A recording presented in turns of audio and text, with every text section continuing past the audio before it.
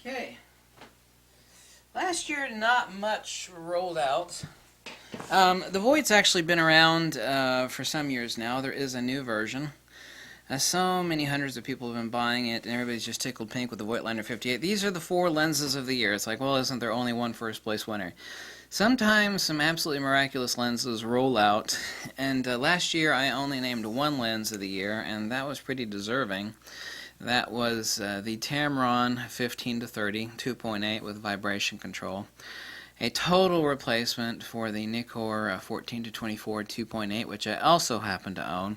Here we have the 4 lenses of the year. It's hard to actually place one of these in first place.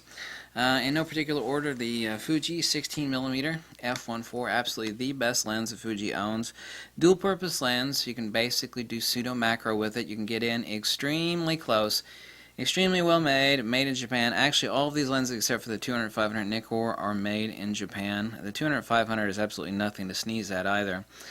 Nobody is really complaining unless someone got a bad copy, and that can happen in any large production run of any particular lens, but nobody's really complaining about any of these lenses. Certainly so not the D500, excuse me, not the Nikkor 200-500mm either. The 16mm Fuji f1.4. Most purchased lens off my recommendation. Incredible micro contrast, incredible soap bubble bokeh, just silk sex and sugar. It's like getting a Rolls Royce for the price of a used Volkswagen. This is a new version of lens, which is optically identical to the old version of lens. The new version is $500. You can find the older versions like used for $400 on eBay. There's a Voigtlander 58mm Noctun f1.4. Perfect. This is an FX lens, by the way, but perfect for perfect on FX or DX. A perfect portraiture lens on any DX camera. You can adapt this to use this on Fuji. Incredible bokeh. It's hard to decide. Now, this is my latest acquisition, which I've been messing with now for over a week. I've made several videos about this. I have not, at any point in time, ever recommended the purchase of the VR1, the VR2, 70-200 2.8 Nikkor. I just, people raked me over the coals endlessly about that. I can't recommend it. Still can't. But now, and it's official now with the scientific testing that's been done, the MTF charts between this and the older VR2, and even the Canon. This is the king shit of 70-200mm Nikkors. The resolution is absolutely bleeping mind-blowing. 110 grams lighter. Oh my god, the bokeh. Oh my god, the fast autofocus. Oh my god. I mean, damn, oh my god. Also, the zoom ring is so smooth and fluid, you don't actually have to use 2 fingers. You can use 1 finger.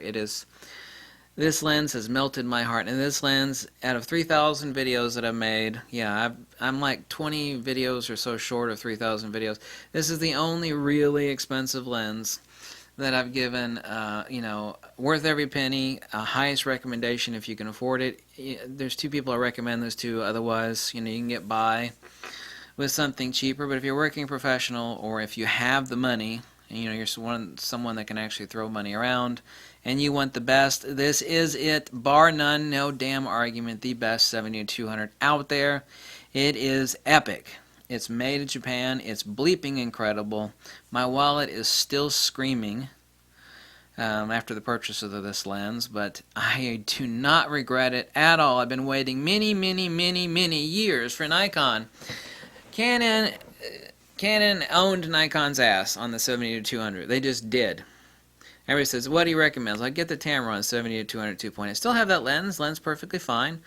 That lens is $1,500 new, like $1,200 used. It's going to be a long time for you to see a used version of this lens. Anybody that buys this lens is not letting go of it, unless they get, broke or something, hard up for cash. Worth every penny of the $2,800 this lens costs. Incredible.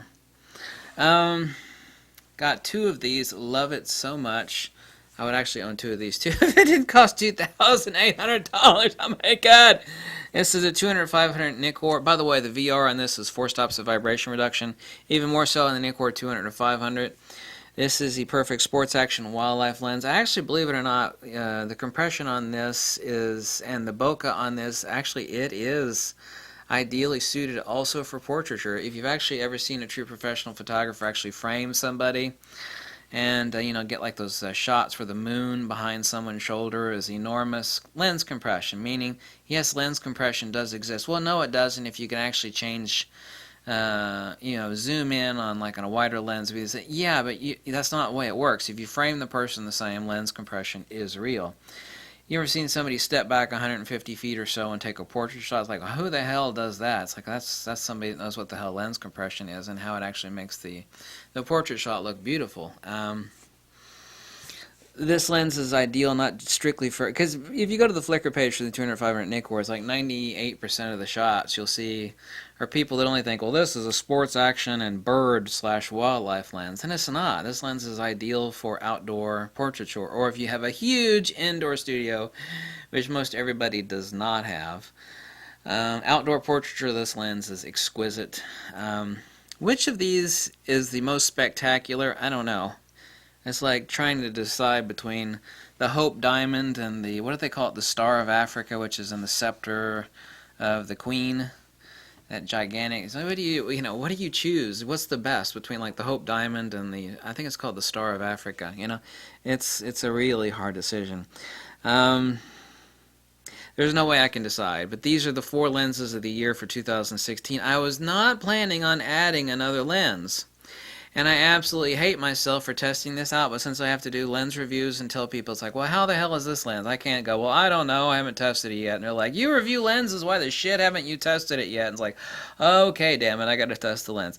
I regret having tested the 70-200 because I only thought it would be merely sharper and faster. I mean, I knew it would be that. I mean, no duh, of course it's gonna be sharper and faster than the old VR2. Oh my god, damn. I mean, damn. Oh, damn. It's so much more than that. 110 grams lighter, better, sharper, insanely. Just cuts you touching it sharp. The bokeh is incredible. The bandwidth is incredible. It mops the floor with the VR2. The scientific testing MTF chart proves that it mops the floor with the premier Canon 70-200 2.8. This is now Lord of the Universe of 70-200s. Not personal opinion, hardcore empirical facts. This is it. The existential reality is that this is it, period.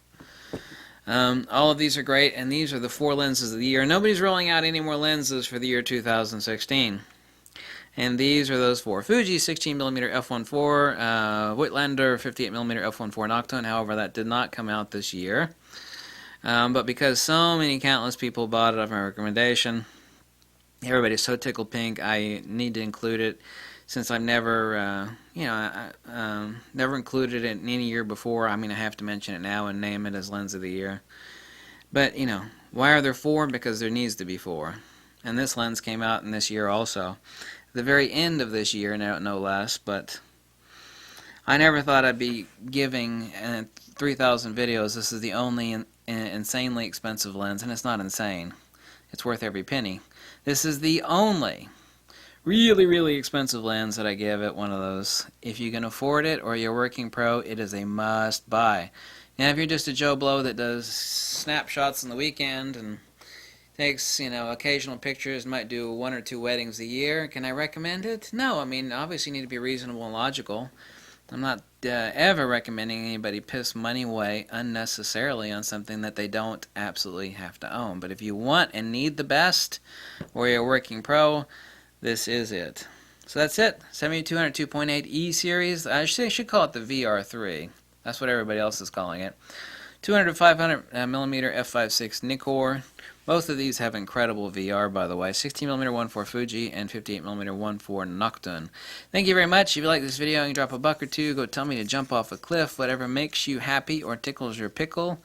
It's all good as long as I give logical, intelligent, well-reasoned information that is existentially accurate and empirically valid, because my lens experience, even if you hate my guts, like I hate that fat tattooed asshole, I hear that all the time, but I hear this actually all the time on some boards. They're like, I hate that guy, but I bought like 3 lenses off his recommendations and I couldn't be happier, yeah, but I still hate him. I've actually heard those exact words said so many times. I'm like, good, as long as you're happy, even if you hate my guts, that's all that matters.